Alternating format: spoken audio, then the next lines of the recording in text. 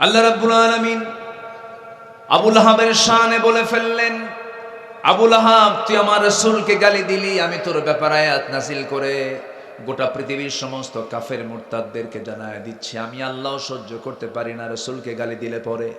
আল্লাহ উল্টা গালি দিয়ে বললেন, তাব্বাত ইয়াদা আবি লাহাবি ওয়া তাব্বা মা আগনা আনহু মালুহু ওয়া মা কাসাব سيصلى نارا ذات لهب وامرأته حمالة الحطب في جيدها حبل من مسد।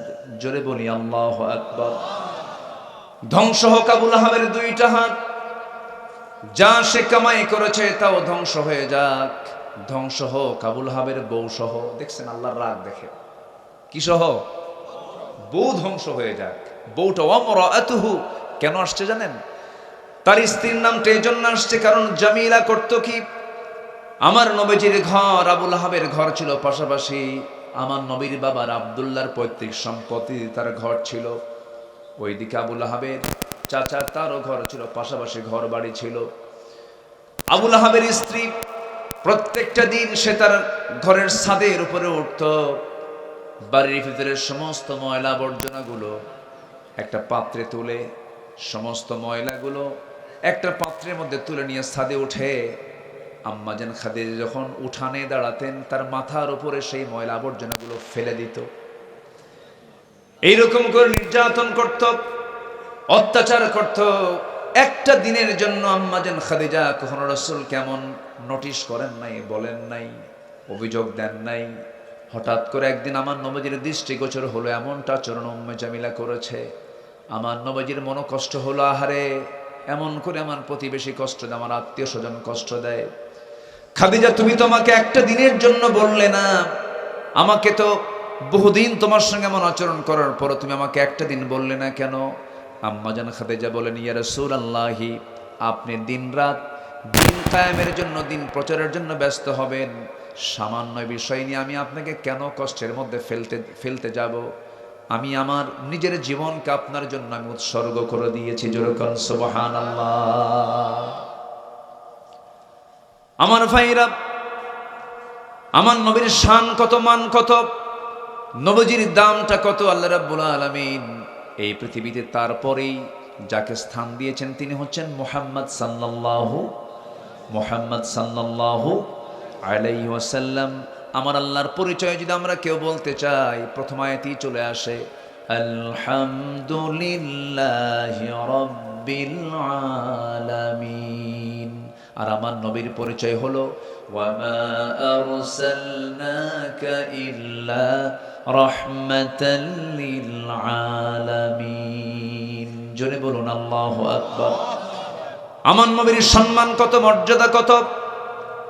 নবীজি আকাশের চাঁদের দিকে তাকায়া শুধু নখটা উঁচু করেছেন, নবীর নখের ইশারায় আকাশের চাঁদ দ্বিখণ্ডন হয়ে গেছে। যেরকম সুবহানাল্লাহ। আবু তালেব এই সমস্ত দৃশ্যগুলো দেখেছে। আবু তালেব এই দৃশ্যগুলো দেখার পরেও ইসলাম কবুল করতে তিনি পারেন নাই। শুধু এই দৃশ্যই দেখেন নাই, সিরাত গ্রন্থে আসছে নবীর যখন জন্ম হলো, রবিউল আউয়াল মাসে তার জন্ম হলো। তিনি জন্ম নিলেন, মাত্র 3 দিনের শিশু, 3টা দিন বয়স কেবল হয়েছে। আবু তালেব রাসূলের সামনে একদিন দাঁড়িয়ে বলতেছেন, ও মুহাম্মদ, আমি তোমার সামনে কিছু কথা বলতে চাই। কথাগুলো কতটুকু সত্য আমি জানি না, তুমি আমাকে একটু বলে দাও তো, তুমি তো আল্লাহর নবী। চাচা আপনি বলেন। এবার আবু তালেব বলতেছেন, ভাতিজা মুহাম্মদ, তুমি যখন জন্ম নিলে 3 দিন 3 রাত মাত্র তোমার বয়স। আমি তোমাকে দেখতে গেলাম, তোমাদের বাড়িতে ঢুকলাম। বাড়িতে ঢোকার সঙ্গে সঙ্গে দেখে তুমি একা শুয়ে আছো, তোমার পাশে কেউ নাই। চাঁদনি আকাশের নিচে তোমার মা তোমাকে শুইয়ে রেখেছে। তোমার মার দিকে তাকায় দেখি ডুকরে ডুকরে কাঁদতেছে, তার চোখে পানি। বারবার সে কান্নায় ভেঙ্গে পড়ছে, হাই হুতাশ করছে, কান্নাকাটি করছে। কিন্তু তোমার পাশে সে বসে না, তোমাকে সময়ও দেয় না। সেই সময় তুমি একাকী চাঁদনি আকাশের নিচে তুমি শুয়ে আছো, হাত পা নড়াচড়া করছো। আমার নবীজি বলেন, চাচা এরপরে কি দেখলেন বলেন? এরপরে আবু তালেব বলছেন, ভাতিজা মুহাম্মদ, আমি এই সময় দেখতে পেলাম তোমার পাশে কেউ নাই, তোমার মা তোমাকে সময় দেয় না। সেই সময় লক্ষ্য করে দেখি আকাশের সেই চাঁদটা, তুমি যখন তোমার ডান হাত বাম দিকে নিয়ে যাও, আকাশের চাঁদটা বাম দিকে চলে যায়। তোমার বাম হাত যখন ডান দিকে নিয়ে যাও, চাঁদটা বাম দিকে চলে যায়, ডান দিকে চলে যায়। আবার যখন তোমার দুটো হাত নিয়ে যখন নিচের দিকে, হাত দুটো নিচের দিকে নিয়ে আসো, তোমার হাতের সঙ্গে ইশারা করে করে আকাশের চাঁদটা তোমার কাছাকাছি চলে আসে। তোমার হাতের ইশারায় চাঁদ ডান দিকে যায়, বাম দিকে যায়, নিচের দিকে নেমে আসে। আমি কি এটা ভুল দেখেছি না সঠিক দেখেছি বলো তো ভাতিজা মুহাম্মদ? আমার নবীজি কাঁদা কাঁদা কণ্ঠে বলছেন, চাচা জন্মের পূর্বে বাপকে হারাইছি। আমার মা আমাকে যখন প্রসব করলেন, সন্তানটা কোলে নিয়ে মনে মনে চিন্তা করলেন, আহারে সন্তান তো দুনিয়াতে আসলো, এই সন্তানকে যার কোলে আমি তুলে দেব, সেই স্বামীটি দুনিয়াতে বেঁচে নাই। স্বামীর কথা তার বারবার মনে হচ্ছিল, স্বামীর কথা মনে হচ্ছিল বারবার। আমার মা আমাকে কোলে নেন, স্বামীর কথা বারবার মনে পড়ে যায়। এই জন্য আমাকে নিতে পারেন না, আমাকে সঙ্গ দিতে পারেন না, তার কষ্টের পরিমাণটা বেড়ে যায়। ওই সময় আমার মা আমাকে দূরে দূরে রাখেন বলে আমার শূন্যতা দূর করার জন্য আল্লাহ রাব্বুল আলামিন কয়েকটা রাত আকাশের চাঁদ আমার জন্য খেলনা বানায়া দিয়েছিলেন। জোরে বলি সুবহানাল্লাহ। দিনের আলোতে রাসূল যখন চলতেন, এক খণ্ড মেঘ আকাশের, সূর্যের নিচে এক খণ্ড মেঘ আল্লাহ পাক দিয়ে রাখতেন, যেন বিশ্বনবীর যেন গায়ে কোনো গরম তাপ যেন না লাগে। সেই নবীর সম্মান, সেই নবীর মর্যাদা আল্লাহ রাব্বুল আলামিন এত দিয়েছেন, সেই রাসূলকে আমার দেশে রুটিন ওয়ার্কের মতো আমার দেশে কিছু কুলাঙ্গাররা বিভিন্ন বাজে মন্তব্য করে, বাজে কথা বলে। আমি তো মনে করি সামনের দিন যা আসতেছে, যত আইন পাশ হবে, এর মধ্যে এক নম্বর আইন পাশ হওয়া উচিত সংখ্যাগরিষ্ঠ মুসলিম দেশ হিসাবে। সবার আগে এই আইনটা পাশ করা উচিত, শাতিমে রাসূল যারা, রাসূলকে যারা গালি দেবে, আল্লাহর বিরুদ্ধে যারা কথা বলবে, এরা হবে এই দেশের সবচাইতে বড় আসামি। ঠিক কি না? এই সমস্ত ফান্ডামেন্টাল আইনগুলো আগে পাশ হওয়া উচিত। আমার দেশের চাপিয়ে দেওয়া একজন নেতা, যাকে জাতির পিতা না বললে অবস্থা খারাপ হয়ে যেত, কি জানেন না? আপনারা জানেন না এগুলো? সেই বঙ্গবন্ধুর নামকে নিয়ে যদি কেউ কটূক্তি করত, এরকম রেকর্ড আছে, বছরের পরে বছর জেল খাটতে হয়েছে। সাধারণ নেতাকে গালি দিলে যদি জেল হয়, হাজত হয়, অবশ্যই রাসূলকে গালি দিলে পরে, আল্লাহকে গালি দিলে পরে চূড়ান্ত শাস্তি নিশ্চিত আমার দেশে করা হোক, এমন আইন আসার দরকার আছে না নাই? এগুলো কুফর, পথভ্রষ্টতার 10টা কারণ। এক নম্বর চলতেছে হলো কুফর। আমরা কুফরের দিকে যাব না, আমরা দুনিয়ার কোন আইনকে মানবো না। আইন মানবো কার? আসতে বলবেন, আইন মানবো কার? এক জায়গায় না সব জায়গায়? এক জায়গায় না সব জায়গায়? সব জায়গায়। আমার নবীর প্রসঙ্গ যখন চলে আসলো, রাসূলকে মহব্বত করতে হবে এবং আনুগত্য করতে হবে। রাসূলের প্রতি আমাদের আনুগত্য থাকতে হবে, আবার কি থাকতে হবে? মহব্বত থাকতে হবে। এখন প্রশ্ন করি আমি, বলুন তো, আনুগত্য আগে না মহব্বত আগে?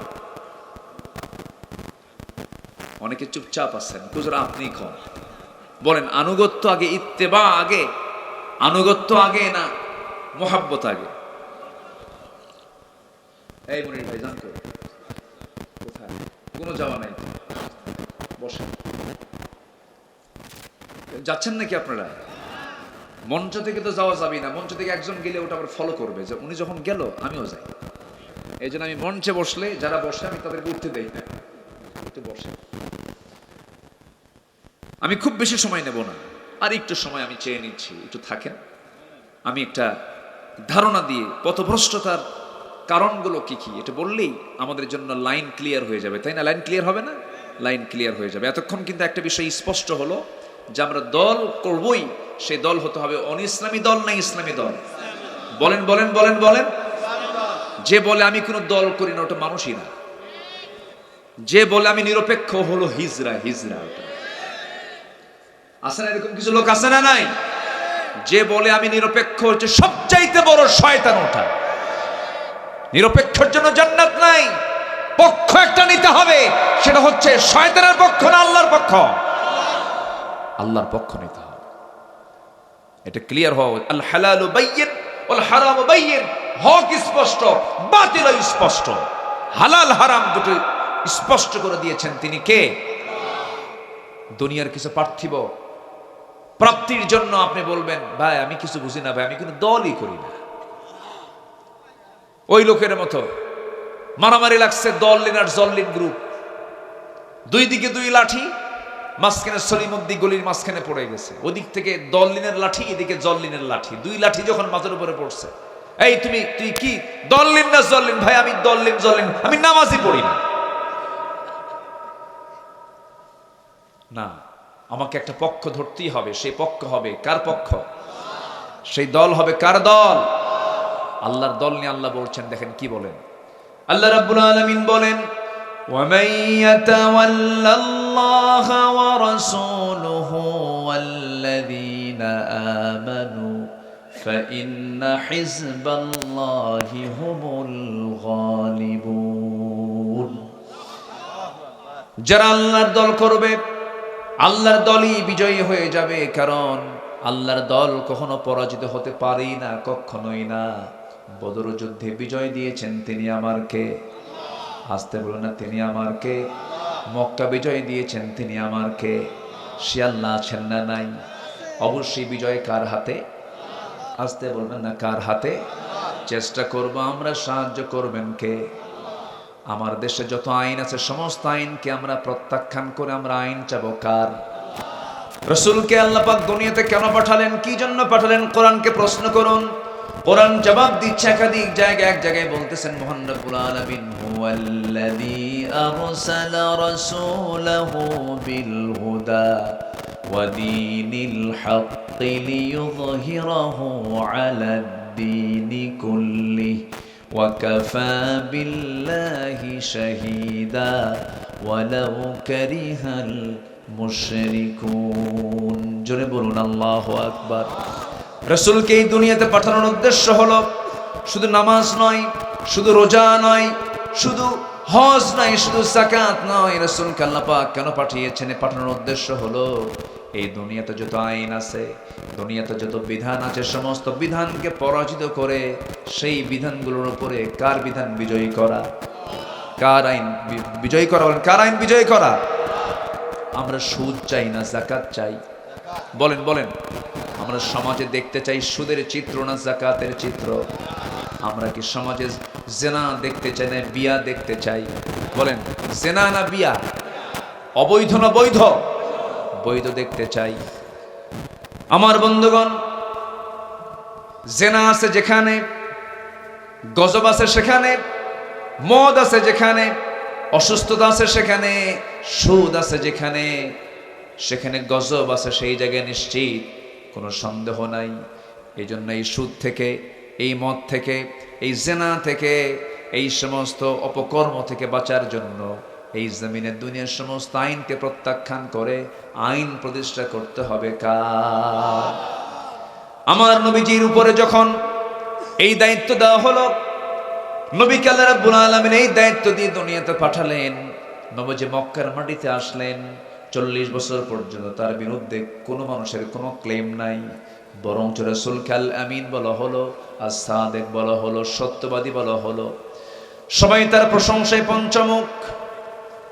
অনেক ভালো মানুষ, সত্যবাদী মানুষ, আমানতদার মানুষ, কোনো ক্লেম ছিল না। কিন্তু যখন তিনি নবুয়ত পেলেন, জাবালে নূর থেকে যখন কোরআনটা তার কাছে নাজিল হয়ে গেল, এই কোরআন নামক কিতাব নিয়ে যখন তিনি চলে আসলেন জাবালে নূর থেকে, যখন তিনি বললেন লা ইলাহা ইল্লাল্লাহু মুহাম্মাদুর রাসূলুল্লাহ, সবাই বলুন আশহাদু আল্লা ইলাহা ইল্লাল্লাহু ওয়াহদাহু লা শারীকা লাহু ওয়া আশহাদু আন্না মুহাম্মাদান আবদুহু ওয়া রাসূলুহু। যখন তিনি এই কালেমা নিয়ে যখন তিনি চলে আসলেন, ওই আবু লাহাব খেপে গেল, উতবা সাইবা খেপে গেল, সবাই ক্ষিপ্রতা নিয়ে তার সামনে দাঁড়ায় গেল। কিন্তু নবীজি কি তার পথ থেকে এক চুল পরিমাণ নড়াতে পারল না। নবীজির দাওয়াত অনড়ভাবে তিনি দাওয়া শুরু করে দিলেন। সবার কম বেশি ইতিহাসগুলো জানা আছে। আমার নবীজি সেই জাবেলে নূর থেকে নূরটা নিয়ে আসলেন, আলোটা নিয়ে আসলেন। সেই প্রথম দাওয়াতটা তিনি দিয়েছেন বাইরের মানুষকে না ভিতরের মানুষকে বলেন? ভিতরের মানুষকে আগে দিয়েছেন। ইনডোরে কালিমার দাওয়াত দিলেন। স্ত্রীর সামনে দাঁড়ায় গেল। স্ত্রীর সামনে তিনি দাঁড়ায় বলেছেন, স্ত্রী আমার, 15টা বছর ধরে দাম্পত্যময় জীবন চালালাম। এতদিন তোমার সঙ্গে আমার পরিচয় ছিল, আমি তোমার স্বামী, তুমি আমার স্ত্রী। কিন্তু আজকে আমি তোমাকে একটা নতুন পরিচয় শোনাবো। কি পরিচয় শোনাবেন আমার স্বামী? বলেন। তিনি বলছেন, শোনো, আমি কিন্তু সাধারণ কোনো মানুষদের কাতারের মানুষ নই। আল্লাহ পাক আমাকে বিশেষ মর্যাদা দান করেছেন। আপনি কি, আপনার পরিচয় কি? সঙ্গে সঙ্গে তিনি বলছেন, একজন ফেরেশতা আমার কাছে এসেছিলেন, যে ফেরেশতা আগের সমস্ত পয়গম্বরদের কাছে এসেছেন। সেই জিবরাইল আমার কাছে ওহী নিয়ে এসেছেন, আমার কাছে ওহী নাজিল হয়েছে, কোরআন নামক কিতাবটা নাজিল হয়েছে, আমি আল্লাহর নবী। সঙ্গে সঙ্গে খাদিজা রাসূলের দিকে তাকায়া হাতের সঙ্গে হাত লাগায় দিয়ে বলছেন, আমার স্বামী গো, এই 15টা বছর ধরে আমি আপনাকে ভিতর থেকে দেখেছি, বাহির থেকে দেখেছি, কথায় দেখেছি, কাজে দেখেছি, সব কিছুতে আমি পরখ করে দেখেছি। সাধারণ কোনো মানুষের চরিত্র এমনটা হতে পারে না। আপনি যে আল্লাহর নবী হবেন কেউ না বিশ্বাস করলে আমি আপনার স্ত্রী, আমি আপনাকে সাক্ষী দিচ্ছি আপনি আল্লাহর নবী। জোরে বলুন সুবহানাল্লাহ, জোরে বলুন সুবহানাল্লাহ। বলুন তো, বাইরের লোকের কাছে বেশি ভালো হওয়া সহজ না ভিতরের মানুষের কাছে বেশি ভালো হওয়া সহজ? বলেন বলেন বলেন। বাইরে সব বুঝে যে এটা বুজুর্গ মানুষ, কিন্তু বউ বোঝে এটা কয় নাম্বার লুচ্চা। কি কথা বলছেন? বউ বোঝে ওর চরিত্র কেমন আগে। এই জন্য রাসূল বলেছেন, বাহিরের কাছে যতটুকু তুমি ভালো হবে তার চাইতে বেশি ভালো হওয়া দরকার তোমার নিজের লোকদের কাছে। যে ব্যক্তি তার স্ত্রীর কাছে ভালো, সেই বান্দা আল্লাহর কাছে ভালো। যে নারী তার স্বামীর কাছে ভালো, সেই বান্দি আমার আল্লাহর কাছে ভালো। জোরে কোন সুবহানাল্লাহ। আমার নবীজি স্ত্রীর কাছ থেকে সার্টিফিকেট পেয়ে গেলেন। স্ত্রী হাতটা গায়ে দিয়ে কালিমার ঘোষণা দিয়ে দিলেন। নবীজির দিলটা ভরে গেল, ঘরটা তো আলোকিত হলো। রাসূল কিছুটা সান্ত্বনা পেলেন। বউটাকে জড়িয়ে ধরে বলছেন, আমার স্ত্রী খাদিজা, আমি আল্লাহর নবী, খুব খুশি হয়ে গেছেন। সঙ্গে সঙ্গে বলছেন, আমার স্বামীকে চলেন আমার চাচাতো ভাইয়ের কাছে যাই। চাচাতো ভাইয়ের কাছে ওরাকা বিন নওফলের কাছে যাওয়া হলো। সমস্ত ঘটনা খুলে বলা হলো। ওরাকা বিন নওফল বললেন, আহারে, এই তো আল্লাহর নবী, কোনো সন্দেহ নাই, আমি যদি বেঁচে থাকতাম, আমি তার সহযোগিতায় থাকতাম, আমি তো বাঁচব না, আমি তো দুনিয়া থেকে বিদায় হয়ে যাব। আমার নবীজি নবুয়তের এই প্রমাণ নিয়ে, নবুয়তের সত্যতা নিয়ে কালিমার দাওয়াত দিতে গেলেন, কোরআনটা হাতে নিয়ে। চিরদিনের বন্ধু, বাল্যদিনের বন্ধু আবু বকরকে বলছেন, আবু বকর, আমি আল্লাহর নবী, তোমার কি বিশ্বাস হয় নাকি? সাইয়েদনা আবু বকর রাদিয়াল্লাহু তাআলা আনহু চোখের পানি মুছতে মুছতে বলছেন, আমার বন্ধুরে, একটা দিন যার মুখ থেকে অযাচিত কোনো কথা বলতে শুনলাম না, একটা মিথ্যা কথা বলতে শুনলাম না, যার কথার দ্বারা কাজের দ্বারা কোনো কষ্ট কোনোদিন পেলাম না, তুমি যে আল্লাহর নবী হবে কোনো সন্দেহ না, আমাকে তুমি কালেমা পড়ায়া দাও। আমার নবীজি যে রাত্রে ইসরা করেছিলেন, মক্কা থেকে তিনি বাইতুল আকসা পর্যন্ত গিয়েছিলেন, মসজিদ হারাম থেকে মসজিদ আকসায় গিয়েছিলেন, মেরাজ করেছিলেন, আর শাহিন সফর করে এসেছেন, জান্নাত দেখেছেন, জাহান্নাম দেখেছেন। মাত্র দুনিয়ার 29 সেকেন্ড টাইমের ভিতরেই তার সব কিছু হয়ে গিয়েছিল। ওই সময়ে, ওই যুগে, যে যুগে কোনো বিমান ছিল না, কোনো দ্রুতগামী কোনো যানবাহন ছিল না, সেই যুগে মেরাজ শেষে আমার নবীজি মক্কায় যখন আসলেন, পরের দিন সকালবেলা আমার নবীজি বলছেন, আবু বকর, গত রাত্রে আমি ইসরা করেছি, বাইতুল আকসা গিয়েছিলাম, আর শাহিন, জান্নাত জাহান্নাম সব দেখা হয়ে গেছে। আমি যে মেরাজ করেছি, তোমার কি বিশ্বাস হয় নাকি? সাইয়েদনা আবু বকর কাঁদতে কাঁদতে বলছেন, সাদ্দাকতা ইয়া রাসূলুল্লাহ, সাদ্দাকতা ইয়া রাসূলুল্লাহ, আপনি সত্যি বলছেন, আপনি মেরাজ করেছেন, আপনি যা বলেছেন তাই সত্য বলেছেন। সাইয়েদনা আবু বকর রাদিয়াল্লাহু তাআলা কে রাসূল বলেন, ওরে আবু বকর, আজকের থেকে তোমার নাম সিদ্দিক। আল্লাহু আকবার। আজকে থেকে তোমার নাম সিদ্দিক। কি অবিচল বিশ্বাস সাহাবীদের ভিতরে ছিল নবীর প্রতি, সে অবিচল আস্থা বিশ্বাস আনতে হবে আমাদের মাঝেও। আল্লাহ যা বলে দিয়েছেন কোনো কন্ডিশন করা যাবে না, আল্লাহ যে হুকুম দিয়েছেন কোনো প্রশ্ন তোলা যাবে না। প্রশ্ন করলেই কুফরি, প্রশ্ন করলেই কি কুফরি। পথভ্রষ্টতার কারণ হলো মোট 10টা। 1 নম্বর কারণ হলো কুফরি করা। আল্লাহ যা বলে দিয়েছেন এই কথার উপরে আর কোনো কথা নাই, রাসূল যা বলে দিয়েছেন এই কথার উপরে আর কোনো কথা নাই। আবু বকর মেরাজ করে আসলাম, জান্নাত দেখলাম, জাহান্নাম দেখলাম, বাইতুল আকসা দেখে আসলাম 29 সেকেন্ডে। কত সেকেন্ডে বলেন? তোমার কি বিশ্বাস হয় নাকি? কেঁদে ফেলে বলছেন সাদ্দাকতা ইয়া রাসূলুল্লাহ, হে রাসূল আপনি সত্যি দেখে আসছেন, সত্যি দেখে আসছেন, সত্যি দেখে আসছেন। আল্লাহু আকবার বলেন। আবু জেহেল পাইছে এবার বড় একটা কারণ, নবুয়ত কেমনে মিথ্যা প্রমাণ করা যায়। মুহাম্মদ ছিল আধা পাগল, এখন হয়ে গেছে পুরা পাগল। কেন শুনছো তোমরা? সে নাকি গত রাত্রিতে বাইতুল হারাম থেকে বাইতুল আকসা, সেই প্যালেস্টাইনের ফিলিস্তিনের বাইতুল আকসায় নাকি সে ইসরা করে রাত্রি ভ্রমণ করে নাকি সে আসছে। এটাকে পাগল না মহাপাগল এরকম করে সে প্রচার করা শুরু করে দিল। সে পাগল হয়ে গেছে, এটা কেমন করে সম্ভব হয়? কিন্তু অসম্ভবকে সম্ভব করতে পারেন তিনি আমার কে। আসতে বলবেন না তিনি আমার কে। যে মানবে সে ইমানদার, যে মানবে না সে হলো কি বেঈমান না ঈমান? বলেন বেঈমান। এটাই হচ্ছে কুফরি। এটা কি বলেন তো? কুফরি। আল্লাহ তাআলা বলছেন যারা কুফরি করে তাদেরকে আপনি বলেন আর না বলেন কোনো কাম হবে না, কোনো কাম হবে না। একটা বিষয় চলে গেল, আরো আছে 9টা বিষয়। আমাকে সময় দিচ্ছেন তো নাকি? সময় দিচ্ছেন তো? আচ্ছা। নাম্বার 2 হলো শিরিক করা। কি করা বলেন? শিরিক করা। শিরকের বহু দিক আছে। শিরকুল আসগার আর শিরকুল আকবার। ছোট শিরিক আছে, বড় শিরিক আছে।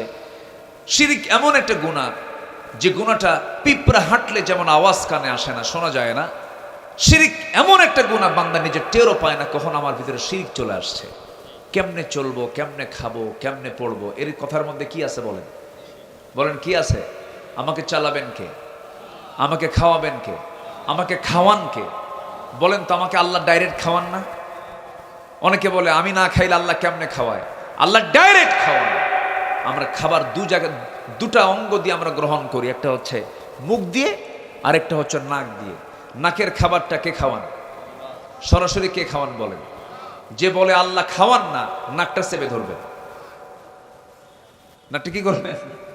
চেপে ধরবেন। তাহলে বোঝা যাবে যে আল্লাহ খাওয়ান কি খাওয়ান না। আল্লাহ সরাসরি খাওয়ান, কেউ খাওয়ায় না। খাওয়ান কে? কোন খাওয়াটা বেশি জরুরি বলেন? মুখেরটা না নাকেরটা? বলেন কোনটা বেশি খাওয়া জরুরি? যেটাই জরুরি সেটাই ফ্রি। যেটাই জরুরি সেটাই কি ফ্রি। সূর্যের আলো কি বলেন দরকার? কেমন দরকার? বলেন বলেন বলেন। একদম জরুরি।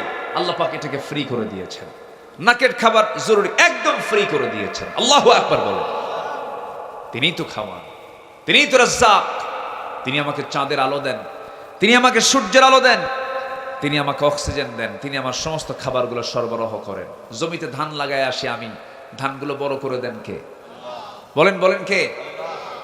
আনতুম তাজরাউনাহু আম নাহনুস সারিউন। তুমি চাষ করো না, উত্তম চাষী হলাম আমি আল্লাহ রাব্বুল আলামিন।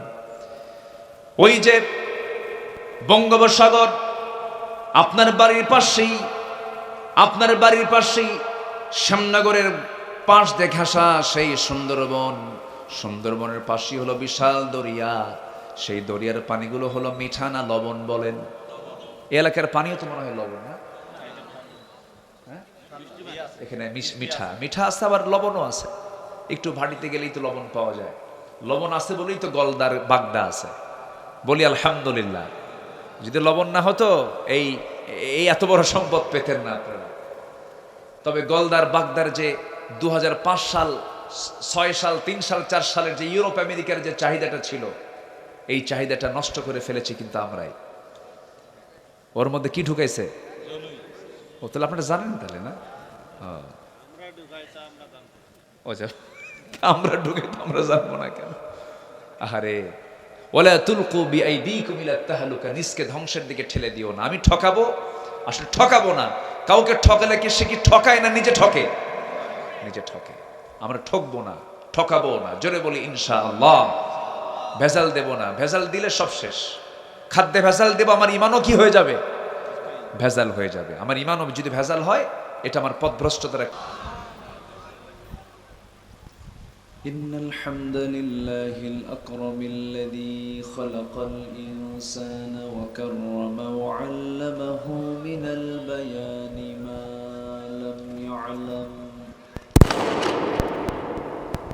فسبحان الذي لا يحصى امتنانه باللسان ولا بالقلم نشهد أن لا إله إلا الله وحده لا شريك له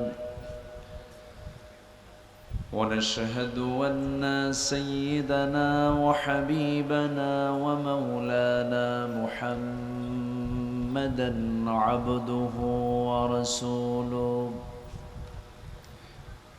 الذي أرسله بالحق بشيرا ونذيرا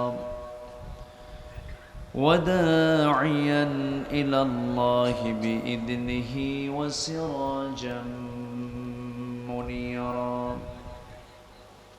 فقد قال الله تعالى في كلامه المجيد وفرقانه الحميد أعوذ بالله من الشيطان الرجيم بسم الله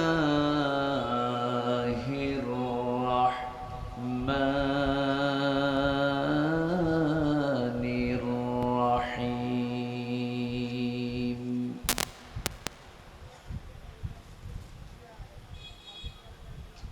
إن الذين كفروا سواء عليهم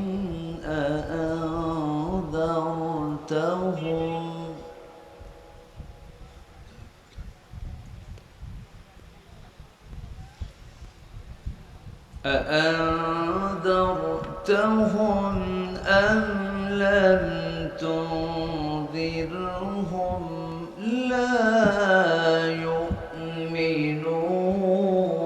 يؤمنون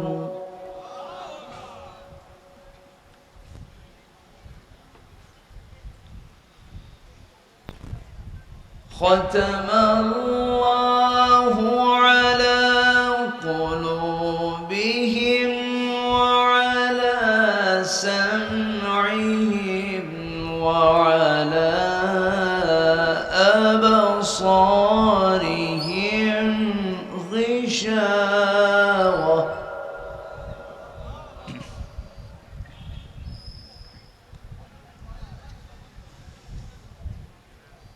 وعلى أبصارهم غشاوة ولهم عذاب عظيم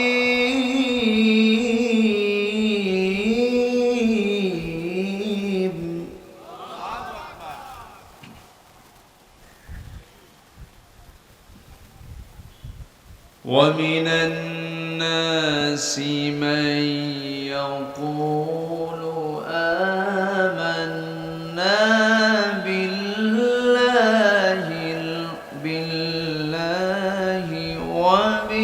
وباليوم الآخر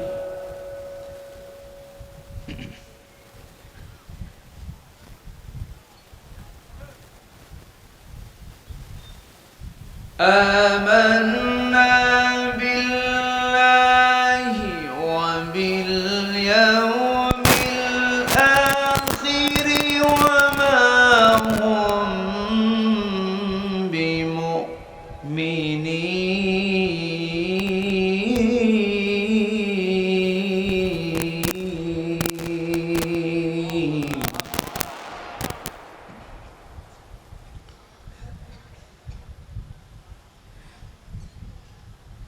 الله أكبر بسم الله الرحمن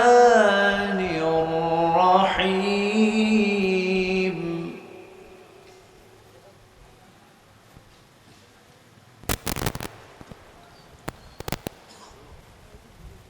إن الله وملائكته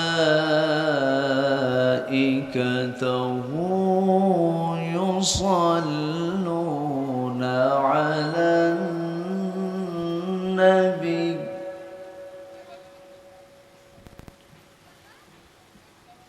يا أيها الذين آمنوا صلوا عليه وسلموا تسليما اللهم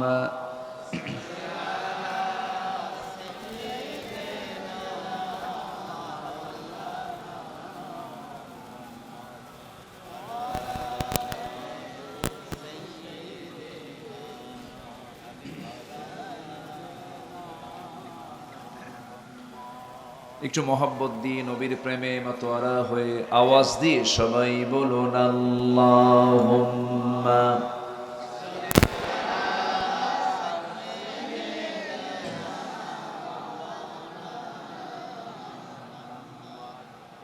ওয়া আলা আলি সাইয়্যিদিনা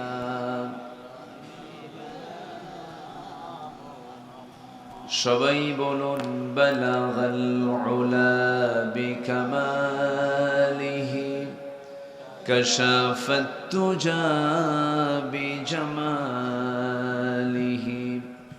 হাসুনাত জামিউ খিসালিহি সাল্লু আরবের বুকে মক্কার পরে যেথায় মা আমিনার ঘর খোদা রহমতে কৌসার হয়ে ঝরছে বারংবার বালাগাল উলা বিকামালিহি কাশাফাত তুজা বিজামালিহি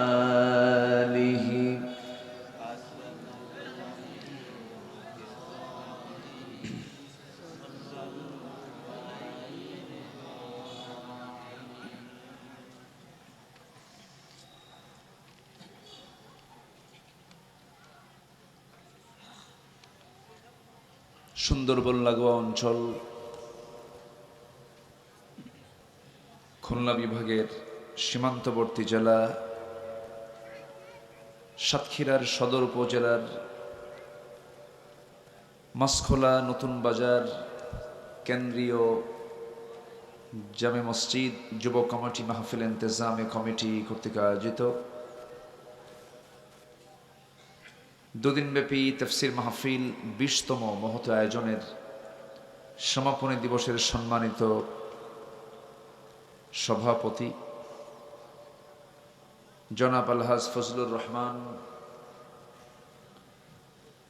আজকের মহৎ আয়োজনের সম্মানিত প্রধান অতিথি,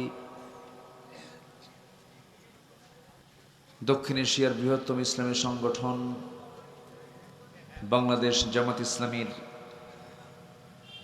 সম্মানিত সেন্ট্রাল কেন্দ্রীয় সাংগঠনিক সম্পাদক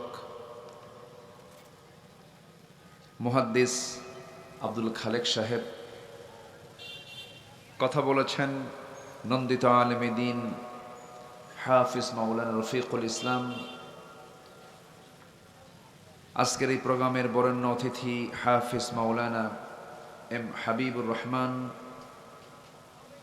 উপস্থিত হাজারাত উলামায়ে কেরাম, ফদলা ইজাম, সুশীল সমাজ, জাতির শ্রেষ্ঠ সন্তান, শিক্ষক মণ্ডলী, জাতির বিবেক, সাংবাদিকবৃন্দ, সামনে উপস্থিত, দূরে কাছের বিভিন্ন স্থান থেকে ছুটে আসা কালেমার ঝান্ডাবাহী, তাওহীদের পতাকাবাহী, দ্বীন ইসলামের নরসারদুল বীর মুজাহিদ, প্রাণ প্রিয় সম্মানিত দ্বীনী ভাইরা, আড়ালে বসে আছেন সম্মানিতা শ্রদ্ধেয়া মা বোনেরা।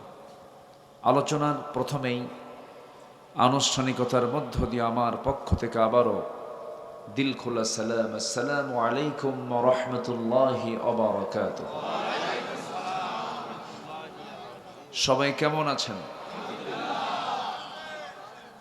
যে আল্লাহ তাআলা আমাকে আপনার সাথেই বসে রেখেছেন, আপনার মতোই তো আছে, বলি আলহামদুলিল্লাহ। মহান রব্বে করিমের দরবারে অগণিত সুজুদ, শুকরিয়া, যে মহান জাল্লা শানুহু আমাদেরকে কোরআন শোনার জন্য একটি সুন্দর অনুকূল পরিবেশ উপহার দিয়েছেন রাজনৈতিকভাবে। এরপর আরেকটা হচ্ছে আবহাওয়াগত দিক থেকে। গতকালকে প্রাকৃতিক দুর্যোগ ছিল, সম্পূর্ণ কোরআন শোনাকে আজকে আল্লাহ পাক আমাদের জন্য অনুকূল করে দিয়েছেন। সেই মহান রব্বে করিমের দরবারে আমরা সবাই শুকরিয়া জ্ঞাপন করছি, প্রাণ খুলে বলে উঠছি আলহামদুলিল্লাহ। চিৎকার মেরে বলছি আল্লাহুম্মা ইন্নী আসআলুকা আল হুদা ওয়াত তুকা ওয়াল আফাফা ওয়াল গিনা। সবাই বলি আল্লাহুম্মা আইন্নি আলা যিকরিকা ওয়া শুকরিকা ওয়া হুসনি ইবাদাতিকা। আমরা আল্লাহ তাআলার শুকরিয়া আদায় করে নিলাম। সম্মানিত উপস্থিতি, আমি আলোচনার সূচনায় আসমানি কিতাব, কালজয়ী গ্রন্থ,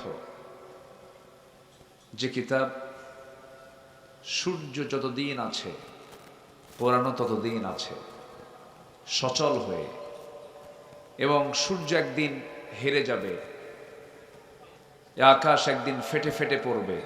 ওয়া ইদাল কাওয়াকিবু ইনতাসারাত, তারকাগুলো সিটকে সিটকে পড়বে, কিন্তু কোরআন ঠিকই থেকে যাবে।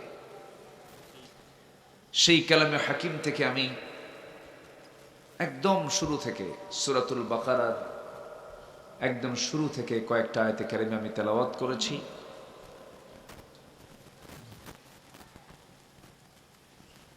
সেই আয়াতগুলোকে সামনে রেখে যৎকিঞ্চিত কিছু কথা আমি বলতে চাচ্ছি। আমাকে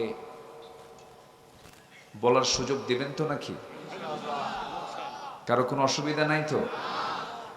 কিছু কিছু ভাইকে আমি একটু দাঁড়ানো দেখছি, সামনে পর্যাপ্ত জায়গা, কিন্তু ডান পাশে এর মাঝে মাঝে কিছু ফাঁকা ফাঁকা জায়গা আছে।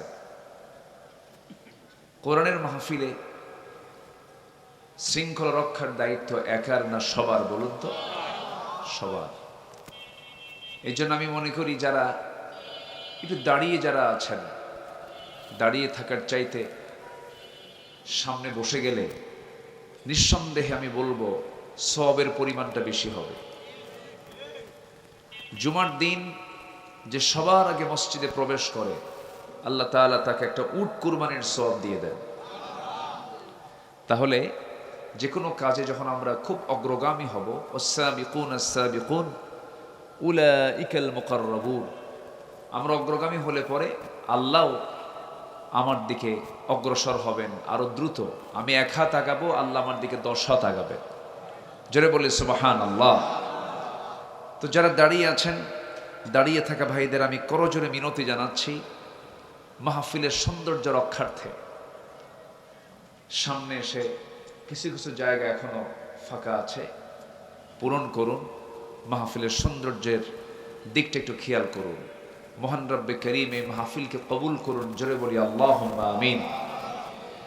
আমাকে মাহফিল কমিটি আজকে সকালে ফোন দিয়েছিলেন, বলেন হুজুর গতকালকে মাহফিল করার কোনো পরিবেশ ছিল না, একদম প্রতিকূল একটা পরিবেশ ছিল, মাহফিল হয়ই নাই বলা চলে। কি করা যায়?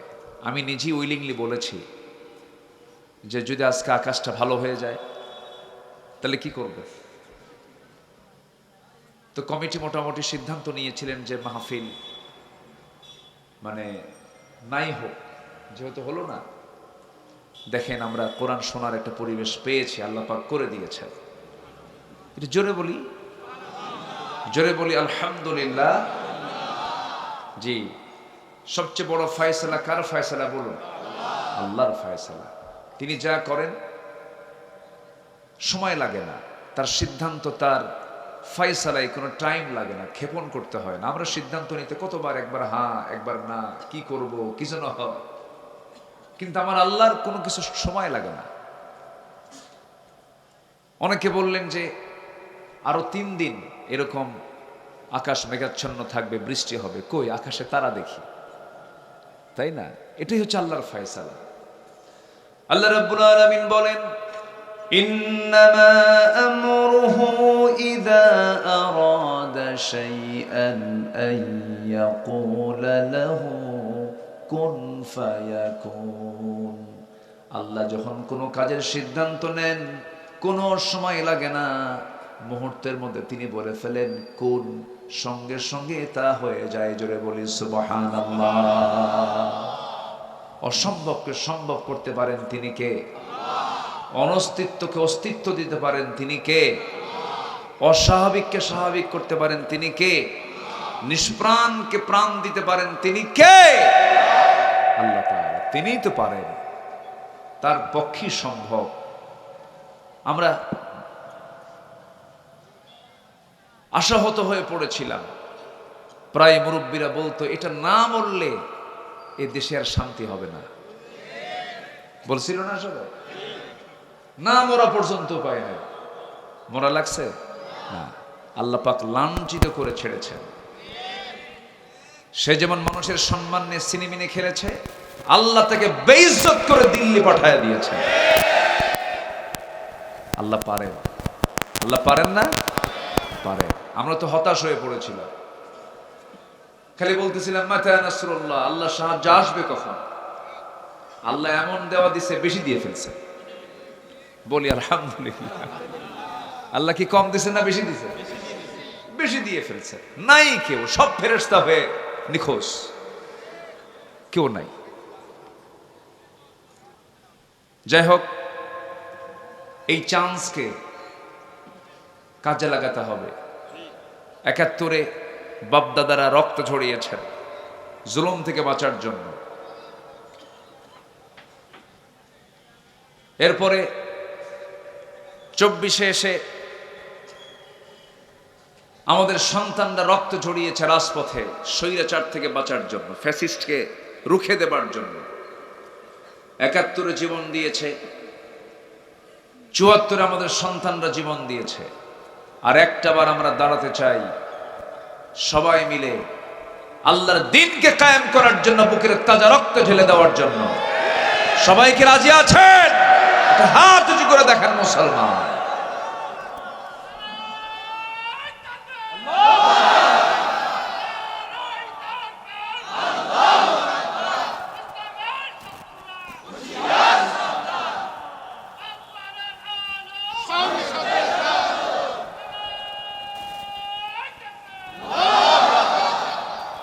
আল্লাহ কবুল করুন, আল্লাহ কবুল করুন, আল্লাহ কবুল করুন। সম্মানিত ভাইয়েরা, আল্লাহ তাআলা সূরাতুল ফাতিহা দিয়েছেন। সূরাতুল ফাতিহাটা টোটালি দোয়া। দোয়ার শেষ অংশে আছে, শেষ শব্দটা হলো ওয়ালাদ-দাল্লিন। কি আসছে বলেন তো? গায়রিল মাগদুবি আলাইহিম ওয়ালাদ-দাল্লিন। আল্লাহ, যে পথে চিরভ্রান্তি সে পথ থেকে আমাকে বাঁচাও, পথভ্রষ্টতা থেকে তুমি আল্লাহ আমাকে রেহাই দাও, আমাকে বাঁচাও। সিরাতাল্লাযীনা আন'আমতা আলাইহিম, সেই পথে নাও যে পথে তোমার নিয়ামত আছে, সেই পথে আমাদেরকে কবুল করে। এই দোয়াটা আমরা প্রতিটি রাকাতে, প্রতিটি ওয়াক্তে, প্রত্যেক সালাতে আমরা এই দোয়া বাদ পড়ে না আছে? লা সলাতা ইল্লা বিফাতিহাতিল কিতাব। এই দোয়াটা পড়তেই হয়, আমরা পড়ি, সূরা ফাতিহা পড়লি এটা চলে আসে। এই যে আল্লাহ তুমি পথভ্রষ্টতা থেকে আমাকে বাঁচাও, এই দোয়াটা করেই যদি সেই পথভ্রষ্টের দিকে, যদি ভ্রষ্ট পথের দিকে যদি চলে যায়, আমার নামাজের দোয়ার সাথে কি আমার কাজের কোনো মিল থাকলো? আজকে আমি যেখান থেকে তেলাওয়াত করেছি সেই তেলাওয়াতকৃত আয়াতকে সামনে রেখে কিছু কথা আমি বলতে চাচ্ছি। কোরআনের দৃষ্টিতে পথভ্রষ্টতার কিছু কারণ আছে। এই কারণগুলো যদি আমাদের মধ্যে থেকে যায়, নামাজ পড়ে আমি কোনো ফল পাবো না, আমি দান সাদগা করে কোনো ফল পাবো না, আমি হজ আর যাকাত দিয়ে আমি কোনো ফল পাবো না। আমি যদি রেজাল্ট পেতে চাই, আমি যদি আল্লাহর দরবারে যদি পুরস্কার পেতে চাই, তাহলে আমাকে এই পথভ্রষ্টতার পথগুলো আমাকে ছাড়তে হবে। যে পথে আমার জাহান্নাম আল্লাহ পাক আঁকিয়ে রেখেছেন, সেই পথ থেকে আমাকে দূরে থাকতে হবে। আসুন, কোরআনের দৃষ্টিতে পথভ্রষ্টতার মোটামুটি 10টা কারণ আমি আজকের আলোচনায় উপস্থাপন করতে চাচ্ছি। পথভ্রষ্টতা থেকে যদি আমরা বাঁচতে পারি, লাইন যদি ঠিক করতে পারি, তাহলে আমরা সোজা চলে যাব কোথায়? বলেন, কোথায় চলে যাব?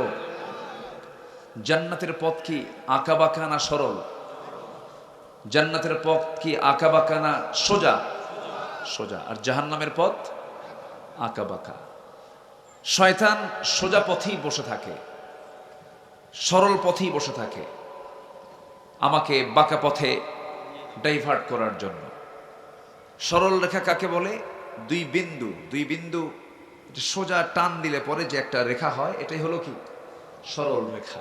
ঠিক মাঝখানে শয়তান বসে থাকে। শয়তান আঁকাবাঁকা পথে কিন্তু থাকে না, এটাকে মিসগাইড করার জন্য বারবার সে চেষ্টা চালাতে থাকে। শয়তানের চেষ্টা কি দুর্বল? হ্যাঁ, দুর্বল।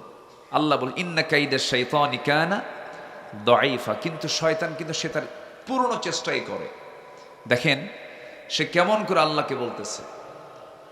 কোরআনে আল্লাহ রাব্বুল আলামিন শয়তানের কথাটাও তুলে ধরেছেন। শয়তান বলতেছে সুম্মা লাআতিয়ান্নাহুম মিন বাইনি আইদিহিম ওয়া মিন খালফিহিম ওয়া আন আইমানিহিম ওয়া আন শামাইলিহিম ওয়া লা তাজিদু আকসারুহুম শাকিরিন। তোমার বান্দাগুলোকে আমি ডান থেকে, বাম থেকে, সামনে থেকে, পিছন থেকে, সব দিক থেকে পাকড়াও করে ফেলবো। আল্লাহ বলছেন শয়তান তুই পারবি না, কারণ আমার যারা পছন্দের বান্দা তারা আমার কাছে আশ্রয় চেয়ে বলবে আউযু বিল্লাহি মিনাশ শাইতানির রাজিম। আমরা পানাহা চাই কার কাছে? আসতে বলেন, কার কাছে প্রার্থনা করি আমরা? বলেন, আশ্রয় প্রার্থনা করছি আমরা আল্লাহর কাছে। শয়তান থেকে পানাহা চাই। শয়তানের কুমন্ত্রণা থেকে যখন কোনো বান্দা পানাহা চায়, আল্লাহর কাছে যখন প্রার্থনা করে, আল্লাহ তাকে আশ্রয় দিয়ে দেন। আমার বন্ধুগণ, শয়তানের যত ফাঁদ আছে এর মধ্যে সবচেয়ে বড় ফাঁদ হলো পথভ্রষ্টতার 1 নম্বর কারণ হলো কুফরি করা। কি করা? বলেন, কুফরি করা। যেরকম আল্লাহর আইনকে না মেনে দুনিয়ার আইনকে মানা। আমার দেশে এরকম দল তো নাই, হ্যাঁ বলেন, আছে না নাই? এদেশে ধরেন 4টা বৃহৎ দল আছে। বলি ফেলি, একটু খোলামেলাই বলি নাকি? কি বলার দরকার আছে কিনা বলেন? একটু খোলামেলাই বলি। কি দরকার? এটি স্পষ্ট কথা বলাই তো ভালো।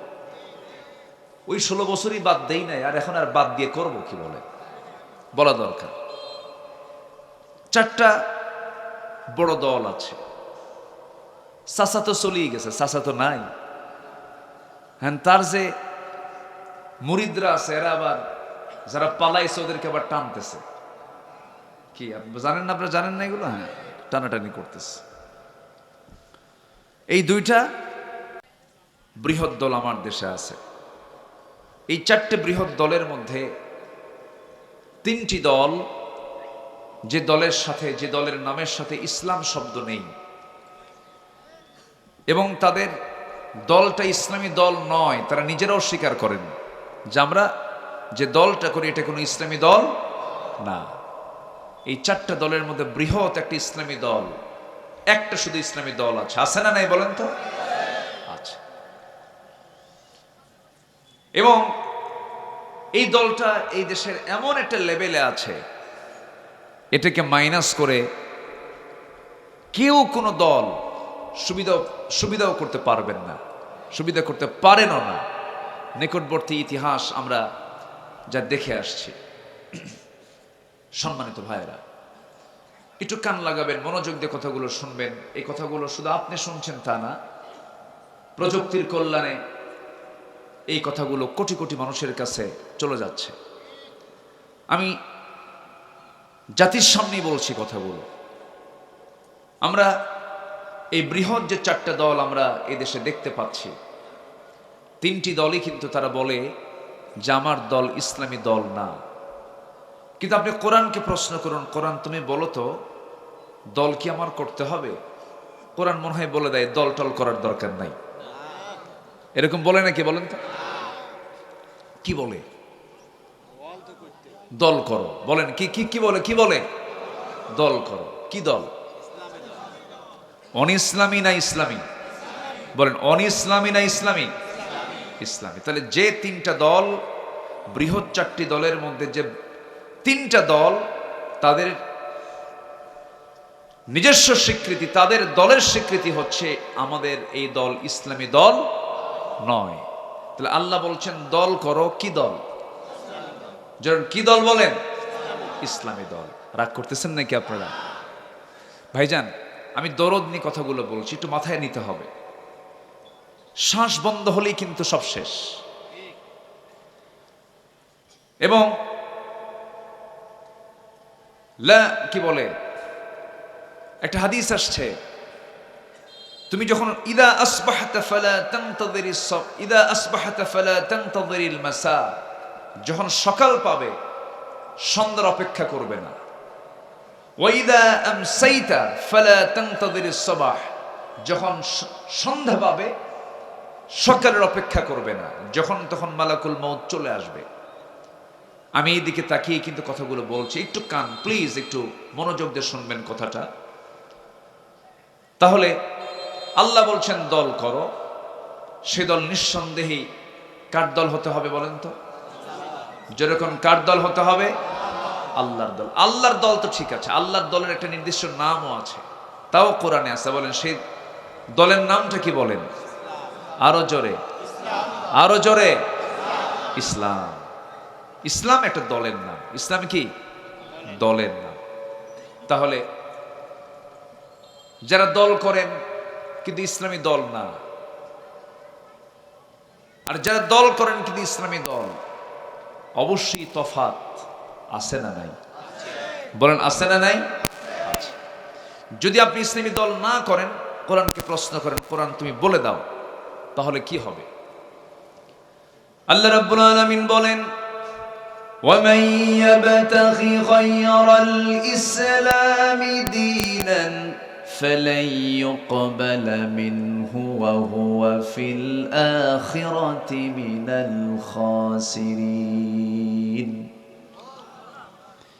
যে ব্যক্তি দল হিসাবে, জীবন বিধান হিসাবে ইসলামকে ছেড়ে দিয়া অন্য কোন দলকে গ্রহণ করবে, অন্য কোন বিধানকে মেনে নেবে, অন্য কোন আইনকে মেনে নেবে, ফালাই ইউকবাল মিনহু, আল্লাহ বলছেন আমি তার কোনো কিছুই গ্রহণ করব না, এবং সে ক্ষতিগ্রস্তদের অন্তর্ভুক্ত হয়ে যাবে।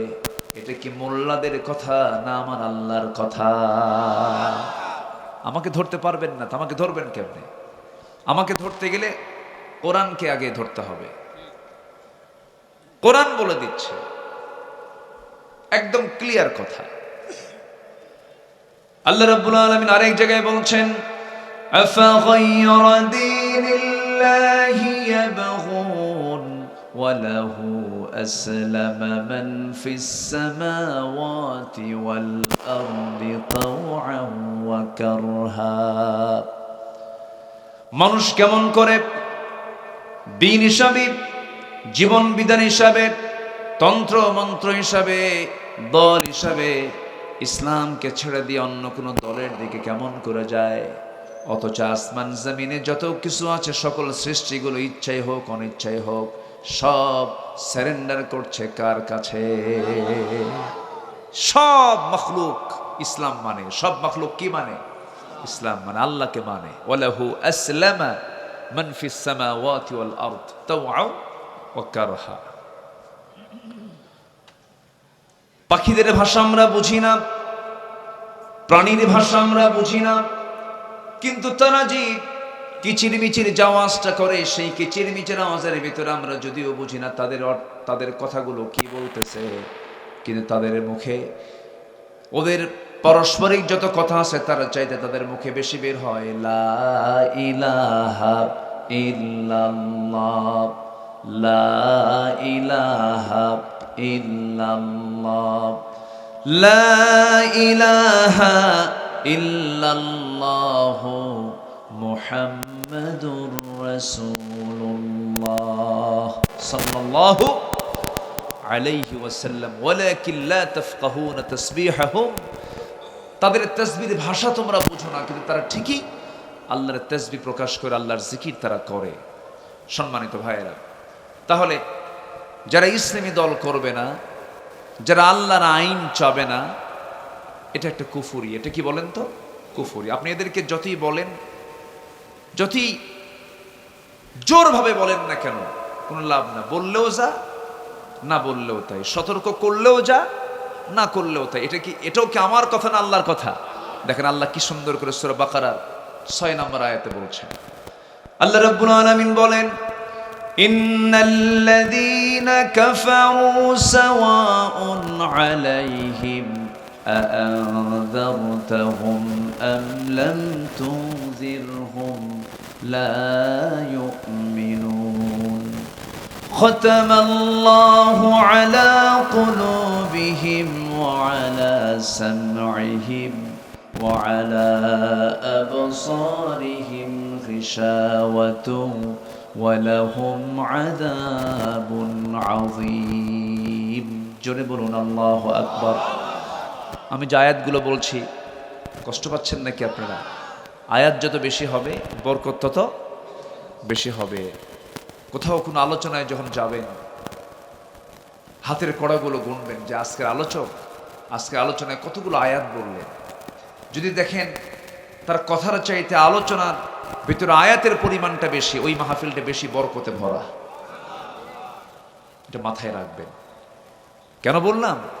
আমার দেশে আলোচনার মধ্যেও কিছু ভাইরাস ঢুকছে। কি ঢুকছে বলেন? ভাইরাস। খুব মুশকিল।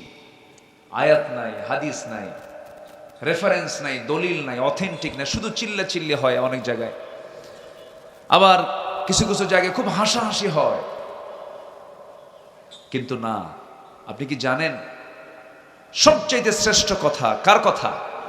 আল্লাহর কথা। আল্লাহর কথাটা কি বাংলায় না আরবিতে? কোথায় আছে কথাগুলো? কোথায়? কোরআনে। কোরআন থেকে যত আলোচনা শুনবেন শুধু খুঁজবেন যে আয়াত কি পরিমাণ তেলাওয়াত হলো, এটাই হলো বরকত। বলি আলহামদুলিল্লাহ। তাহলে আল্লাহ তাআলা বলছেন যারা কুফরি করে এদের কাছে আপনি সতর্ক করেন আর নাই করেন সমান, এরা ঈমান আনবে না। আমার দেশে বহু লোক আছে নামাজ পড়ে, রোজা রাখে, তুমি যেটাই বলো দল আমি তোমারটা করতে পারবো না। আল্লাহর দল আমার পক্ষে করা সম্ভব না ভাই। আমার বাপ করে গেছে, আমার বাপ ওসর, আমি ওসর। বলেন আছে না নাই?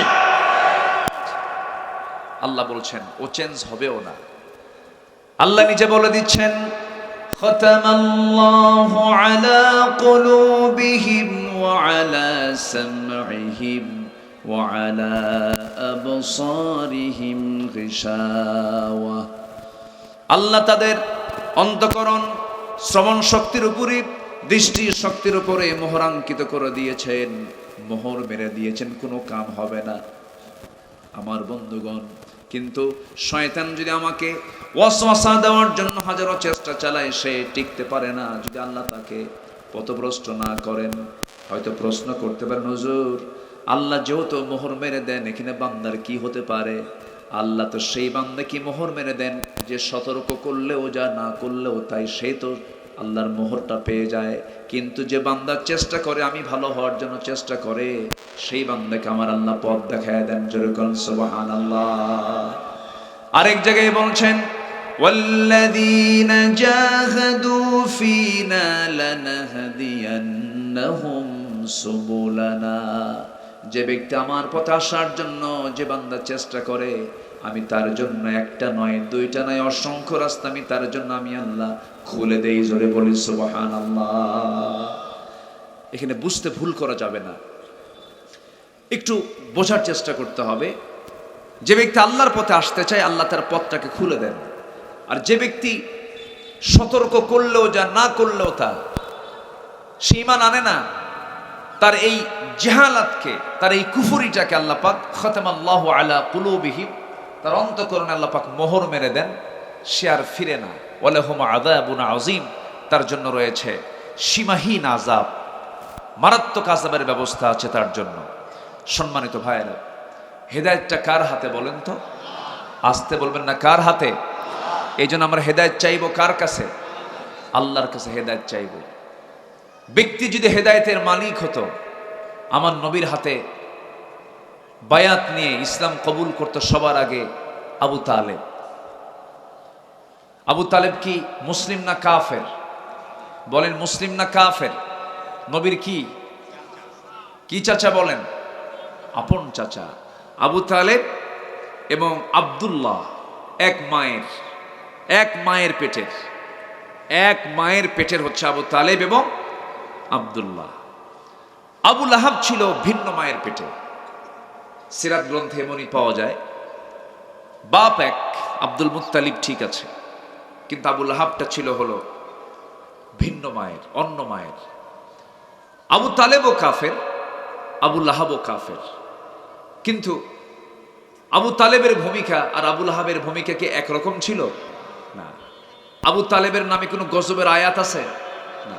আল্লাহ পাক পরিপূর্ণ একটা সূরা নাজিল করে গোটা বিশ্ববাসীকে জানায় দিচ্ছেন, আমার হাবিবকে কেউ যদি বেইজ্জত করতে চায়, আমি আল্লাহ সহ্য করতে পারি না। এটা বিশাল ব্যাপার। কিন্তু আজকেও দেখলাম একটা স্ট্যাটাসে, দেখলাম এদেশের একজন নাগরিক, দেশ থেকে নির্বাসিত একজন লেখিকা, বিতর্কিত লেখিকা, জাহান্নামের কীট তাসলিমা নাসরিন, সে একটা স্ট্যাটাসে লিখেছে, আমার নবীর বিরুদ্ধে একটা শব্দ চয়ন করেছে। সে শব্দ চয়ন হলো, নারী পুরুষ একসাথে নামাজ পড়তে পারবে না।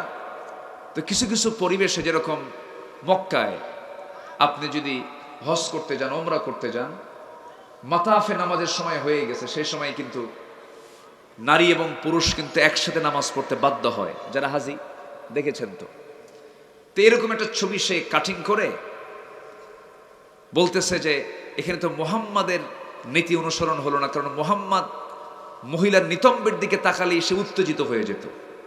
কত বড় মারাত্মক কথা! এই সমস্ত কথাগুলো এখনো আসে, আমাদের কানে চলে আসে। ইসলামিক গভর্নমেন্ট যদি থাকতো, ইন্টারপোলের মাধ্যমে এই সমস্ত বদমাইশদেরকে ধরে এনে ফাঁসির মঞ্চে ঝুলিয়ে মারা হতো। রাসূলকে মুহাব্বত আল্লাহ তাআলা কি পরিমাণ করেন, কি পরিমাণ মুহাব্বত! আমরা নাম ধরে যখন কথা বলতে যাই, তখন আমাদেরকে বলা হয়, এই তো 16 বছর বলছে, আমাদেরকে বলতে দেয়নি তো। মঞ্চ উঠলেই আমাদেরকে কথা থামিয়ে দেওয়ার চেষ্টা করা হতো। ডান পাশে বাম পাশে কিরামন কাতিবিন বসে রাখতো, প্রশাসনকে হ্যালো হ্যালো করত। কত যে চাপ দিত, কত যে জিম্মি করে রেখেছিল এই সমস্ত মাহফিলগুলো। আজ তারা কোথায়? শিক্ষা নাও, শিক্ষা নিয়ে সামনে এগিয়ে চলো, হেদায়েতের পথে আসো। আমরা প্রতিশোধ পরায়ণ নই, রাসূল আমাদের প্রতিশোধ পরায়ণ হতে বলেননি। আমরা ক্ষমা করতে জানি, কিন্তু ইসলামের বিরুদ্ধে কথা বললে জিহ্বা টেনে ছিঁড়বো আমরা। এই ক্ষেত্রে কোনো আপোষ করা যাবে? সম্মানিত ভাইয়েরা, আবু লাহাব রাসূলকে প্রকাশ্যে গালি দিল। আল্লাহ পাক আবু লাহাবের নামে নিজে আল্লাহ পাক গালি দিলেন। আল্লাহু আকবার বলে। যদি কেউ বলে ওয়াজের মধ্যে ব্যক্তির নাম আসে কেন? কোরআনের মধ্যে আবু লাহাবের নাম আসে কেন? কথা ঠিক কিনা বলেন? অনেকে বলে না মাহফিলের মধ্যে আবার হাসিনার নাম আসবে কেন, মাহফিলের মধ্যে অমুক নেতার নাম আসবে, মাহফিলে কোরআনের মধ্যে আবু লাহাবের নাম কেন আসে? কথা ক্লিয়ার? কথা ক্লিয়ার কিনা বলেন? হ্যাঁ, আবু লাহাবের নাম আসছে, ফেরাউনের নাম আসছে, হামানের নামও আসছে, কাম সারছে। ও আচ্ছা, আমি বুঝতে পারছি।